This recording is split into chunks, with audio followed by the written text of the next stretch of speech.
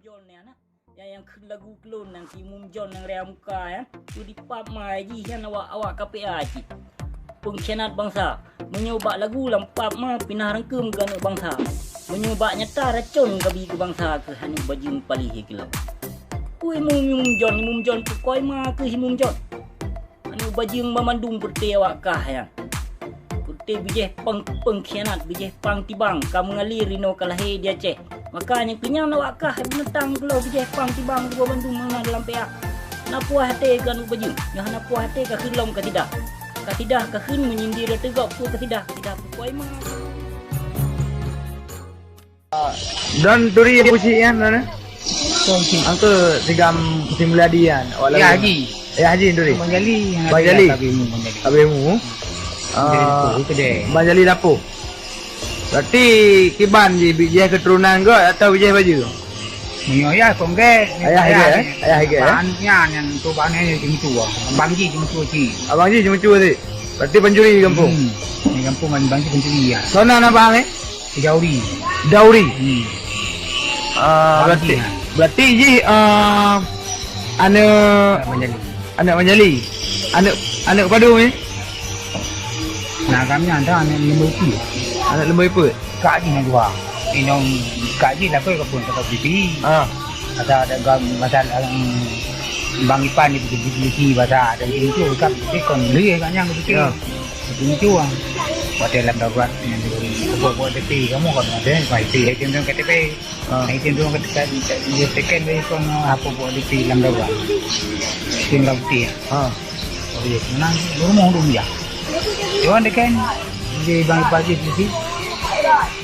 Berarti abang-abang ni pencuri ji pencuri. Bang ji pencuri di kampung. Pua mano, pua kami ngadai kadiwo ji jingkeng nomor satu. Nggak satu ni kami. Karena ngadai kadiwo ji guna ulawang, guna bang nggak satu. Pua di sini, pua lemo, pua kami, pua mano, mandu jauh. Pua itu, mandu jauh. Di kuhuru nano. Ni mano kuhuru nano. Padam draw na ya. Nagang yang dua.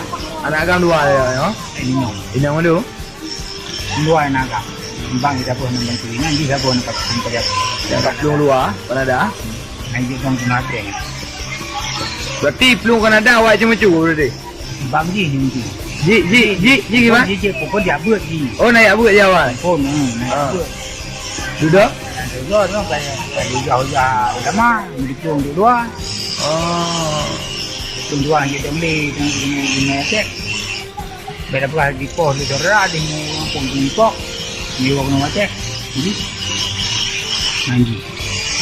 Berarti menyerah haji beres kan? Oh haji. Urang nak temayang. Nak temayang ya. Mak ji mentangnya. Mak mentang. Oh mentang mak Mak mentang ya. Berarti pu kampung je lah. Kedai lawang. Buat kedai lawang ni lah. Kedai lawang macam mampu ni. Macam mampu kat tempat betul. Jadi kita mau gede lalu yang sinan. Batu apa pakai? Juga apa ni jalan? Ini jalan. Main betul. Mana lagi? Ya. Yang badan lu, rai badan lu. Titrek kamu yang hai. Yang ke batu. Batu lah. Tiba lah mentang. Batu nak. Berarti sang mati haji buat gara-gara uji keji ya. Baru fikir keji di hina ulama. Berarti je mati ya ni wo. Ayo wo.